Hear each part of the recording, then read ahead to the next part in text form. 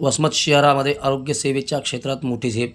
अत्याधुनिक सुविधा आणि सर्वसामान्यांसाठी दिलासा देणारे मातोश्री हॉस्पिटल आता नव्या भव्य इमारतीत सुरू झाले आहे.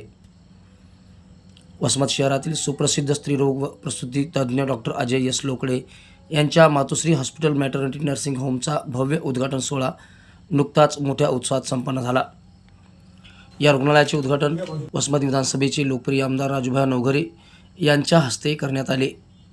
यावेळी प्रमुख उपस्थिती म्हणून नांदेड जिल्ह्यातील खुरगाव येथील भदंतपया बुधी थेरू यांच्या भिक्खू संघाने उपस्थित त्रिसरण पंचशील घेऊन धम्मदेशना देण्यात आली.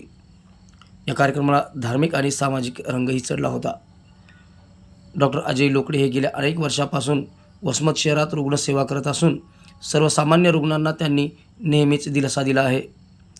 आता त्यांच्या या सेवेला आणखीन बळ देत नवीन मोंढा परिसरातील डॉक्टर लाईनमध्ये अत्याधुनिक सुविधा असलेल्या भव्य आणि प्रशस्त इमारतीत रुग्णालयाचे स्थलांतर करण्यात आले आहे.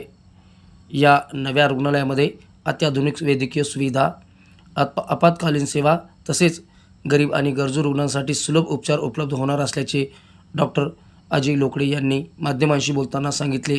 नर्सिंग होम आहे, तर गरोदर माता जे आहेत जे किंवा कुठले ऑपरेशन्स आहेत या ठिकाणी आम्ही लोकांना चांगल्या ॲम्बियन्समध्ये हे सगळ्या पुरवल्या जाव्यात अशी एक आमची इच्छा होती. वसमतमध्ये आता सध्या आपण जे काही हॉस्पिटल केलेलं आहे हे स्त्रियांसाठीचं 20 बेडचं एकमेव असं सुसज्ज हॉस्पिटल आहे, ज्या ठिकाणी प्रत्येक मातेला आपण ते जे म्हणतील, नातेवाईक जसे म्हणतील तशा सुविधा उपलब्ध आहेत. AC रूम म्हटलं AC रूम, नॉन AC म्हटलं नॉन AC रूम, ज्या पद्धतीनं त्यांना सुविधा पाहिजे त्या पद्धतीचं आपण इथं उपलब्ध केलेलं आहे. त्याच्यानंतर सर्व ऑपरेशन्स इथं होतील, नॉर्मल डिलेवरी पण होतील आणि जे काही बऱ्याचशा तक्रारी असतात लेडीजच्या ते सुद्धा आम्ही इथं हे करणार आहेत. आणि बरेच वेळेस नॉर्मल डिलेवरीसाठी प्रयत्न करत नाही असं बरेच लोकांचं म्हणणं होतं.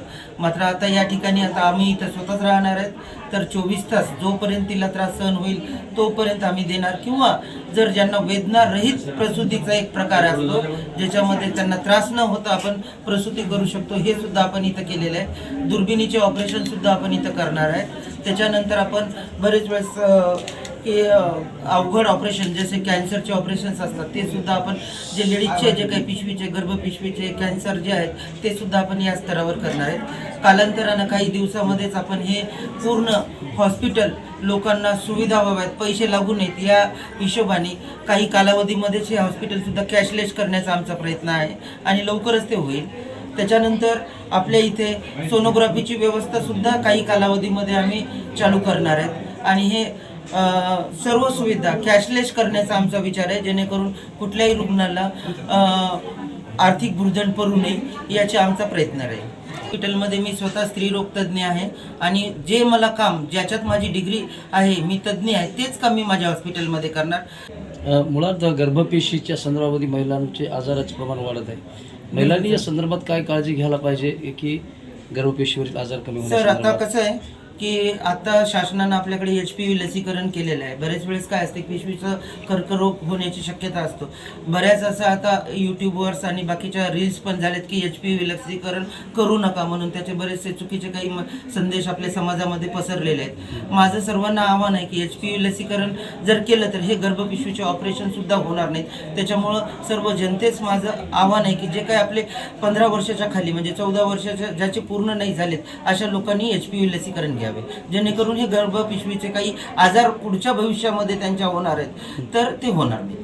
या कार्यक्रमाला नगरसेवक राजकुमार रिंगडे, गौतम वावळे, गटनेते सचिन दगडू, पूर्णा सहकारी साखर कारखान्याचे संचालक ज्ञानेश्वर बेंडे, काशीनाथ भोसले तसेच डॉक्टर कुंटे, डॉक्टर MR क्यातमवार आदी मान्यवर मंडळी उपस्थित होते.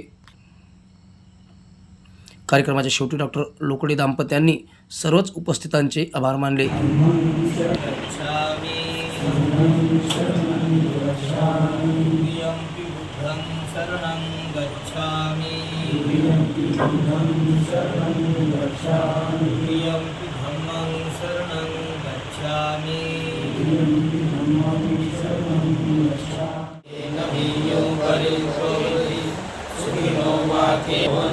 सभ्ये सत्ता भवन्तु सुखितर्ता एकेची पानभूतस्ति तसावा तावरावा अनवशेषा देखावा ये महत्तावा मज्जिमा रसकानुरसुना एतावायैव अधिग्राये च दूरे वसन्ति अभिदूरे भूता वा सम्भवे सेवा सर्वे सत्ता भवन्तु सुखितः।